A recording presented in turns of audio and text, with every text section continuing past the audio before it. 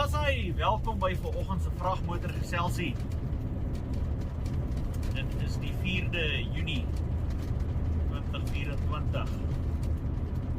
Meestal van julle sal ook seker sê, uiteindelik is die verkiesing verby. So, nou weer 'n bietjie terug na 'n nuwer normale. Maar ja, dit ons sien wat gebeur. As die vraag by baie wat opduik en ons hoor baie praat daarvan dat as jy nou nie gestem het nie, dan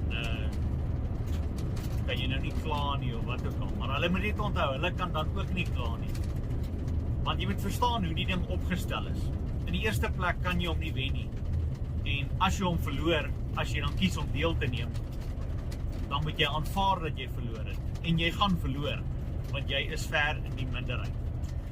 So, kom ons kyk eerstens. Soos julle reeds weet, RSA is 'n ingelyfde maatskappy, dis onwettig. Jy kan nie 'n maatskappy gebruik vir 'n regering en dit vir wins najaag nie. En dit is hoekom die boervolk nie stem nie. En as ek sê die boervolk, dan bedoel ek 100% van die boervolk het nie gestem nie. Want deel van die ontvoogtingsproses is om jouself by die onafhanklike verkiesingskommissie se rol af te haal, en daai dokumentasie word dan ook so ingedien. So, en hoekom stem die boervolk nie? Die boervolk stem nie, want jy kan nie deelneem aan iets wat onwettig is nie. So, as jy dan kies om deel te neem, is jy direk aanspreeklik vir dit wat jy gedoen het. En as ek sê die boervolk, dan praat ek op die oomblik van die wat geëmansipeer het of geontvoog het. As jy nog nie ontvoog het nie, ek sê nie, jy is nie 'n boer nie, maar jy kan dit nie bewys nie.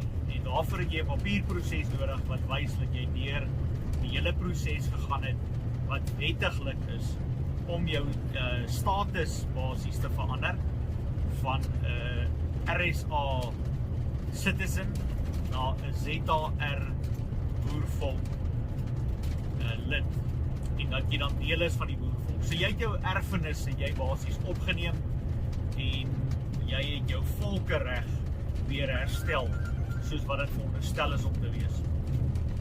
En dit is baie belangrik, en ek dink dit is waar baie wat daar buite is wat probeer vir jou sê, hulle verteenwoordig die boervolk.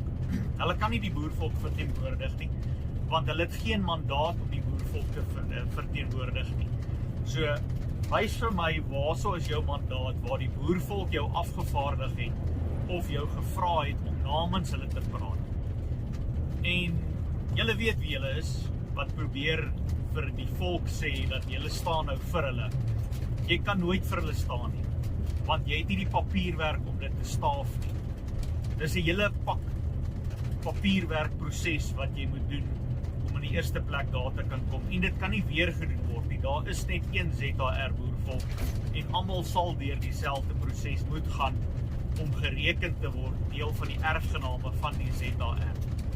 So baie krities belangrik, om daai punt te besef en te verstaan, dat sonder die nodige papierwerk, is jy 'n nul op 'n kontrak. Jy kan nie die boervolk verteenwoordig nie, en dit is nie 'n elite ding nie, dit is 'n proses waar manne ingestem kan word en uitgestem kan word. Ons het nie leiers nie, die boervolk glo nie in leiers nie. Ons is leiers in ons eie huise en in ons eie gebied waar ons ook al bly. En dit kom maar basies op die eenvoudige prinsip neer van jy verkies amptenare om sekere take te verrig, en as hulle dan nie aan hulle taak voldoen nie, dan stem jy eenvoudig vir iemand anders om dit dan suksesvol te kan doen. So, baie eenvoudige proses, en dit is 'n regmatige proses. Dis hoekom jy ook nie 'n diktator basies kan hê nie, want daar is nie plek vir diktators in die ZR boervolk nie. Almal doen eenvoudig net wat van hulle verwag word, en ons stem en kies mans in om hierdie take basies te verrig. En in elke streek het jy 'n kommissaris, 'n balje en 'n regter, en so sal ons dit uitbrei soos wat die tyd verloop, en daar meer mans en vrouens bykom wat deel word van die ZR boervolk weer.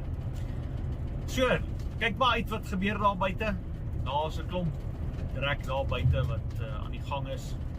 En onthou weer eens, ons staan onder 'n land- en grondjurisdiksie. Die ZR Volkshof is die enigste hof van instansie as dit kom by die boervolk.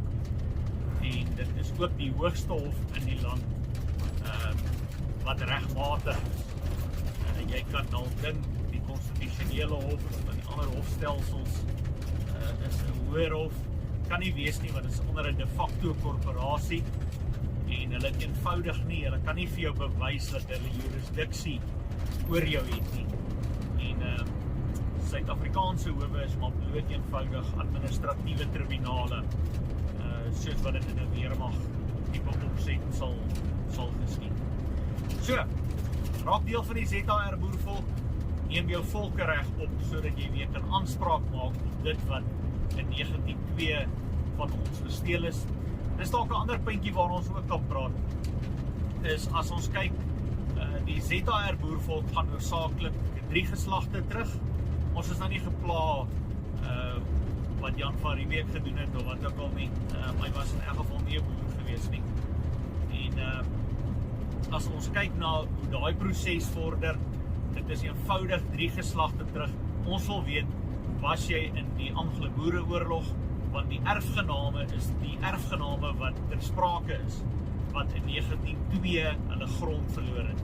Nou dit is volgens die Vredesverdrag van Vereniging wat verbreek is, en as jy 'n verdrag verbreek, kan jy maar moeilikheid verwag.